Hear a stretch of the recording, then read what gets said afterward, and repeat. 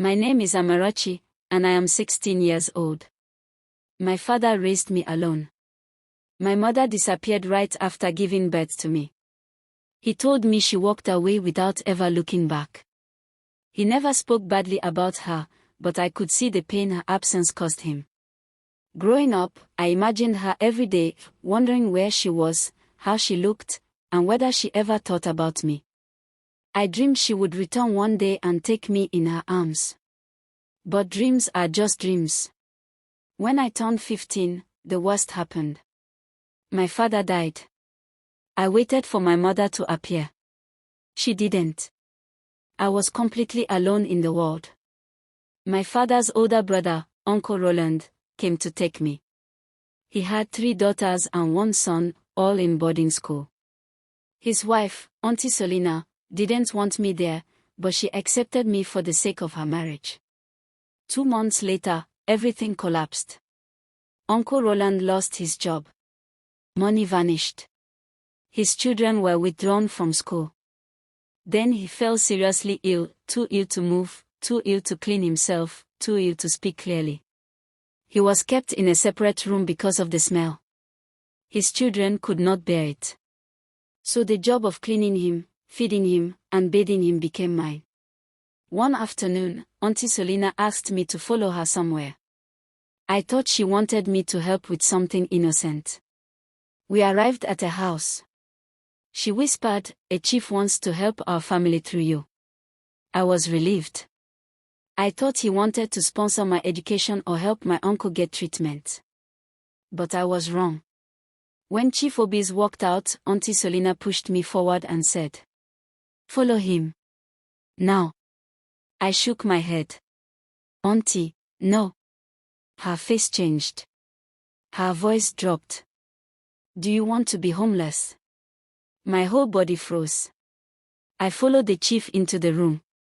Inside, he told me to undress and bathe so I would be fresh for him. His eyes locked on the strange crescent-shaped birthmark on my thigh, a mark my father told me my mother had too. It was the only thing connecting me to the woman who abandoned me. When he finished with me, he gave money to Auntie Selina. That was the beginning. Auntie Selina began bringing different men to the house. They slept with me. They paid her. She used the money to send her children back to school and to buy medicine for my uncle. I had become a hidden, silent sacrifice. Then one day, I felt terribly sick. Fever. Shivering. Weakness. I could barely stand. Auntie Selina didn't care. She said, "Go and bathe. A man is waiting." I couldn't move. She told the man to come inside. When he entered and saw me weak and shaking, he refused to touch me. He confronted her. "This girl is very sick." But she snapped back. "Do what you came to do and go." Then she left the house. Instead of touching me, the man carried me into his car and rushed me to the hospital.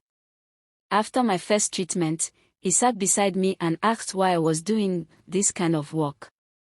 I broke down and told him everything: the death of my father, my mother's disappearance, my uncle's illness, Auntie Selina's wickedness. He asked me if I wanted to go back home.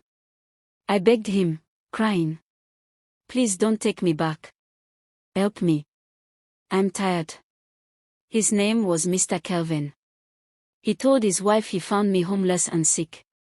And when I was discharged, he took me to his house. A new home, or so I thought. Mr. Kelvin's wife, Mrs. Olivia, welcomed me with warmth. They didn't have children yet, and she treated me like there was a soft connection she couldn't explain. The next day she asked about my parents. I told her everything, including the birthmark my mother and I share. She became emotional and walked away quietly. That night, I made a decision. I would never forgive the woman who gave birth to me and abandoned me. I thought my suffering had ended, but it was only beginning again. Because whenever Mrs. Olivia went to work, Mr. Kelvin returned home with his friend Derek. They used me. Over and over. I cried the entire time. On October 18th, Mr. Kelvin brought 2 more of his friends.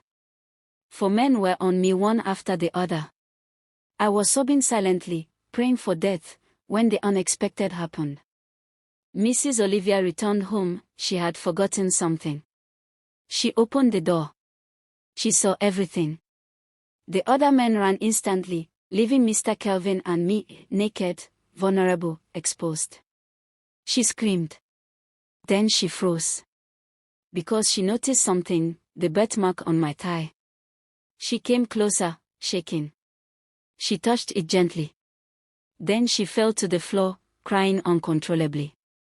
Through her tears she asked about my parents, my village, my father. And then it clicked. Her voice broke. Amarachi. I am your mother. The room spun. The woman who abandoned me. The woman whose face I long for. The woman whose abandonment dug a permanent hole in my heart. Was standing in front of me. Broken. Shattered. Crying. I stepped back and whispered. You are the woman who gave birth to me and left me to suffer. I will never forgive you. I rushed to the bathroom, washed myself, dressed, and ran out of the house, to nowhere. To escape everything. To breathe. Moral. Mothers, never abandon your daughters. Their scars may fade. But their suffering becomes deeper than anyone will ever know.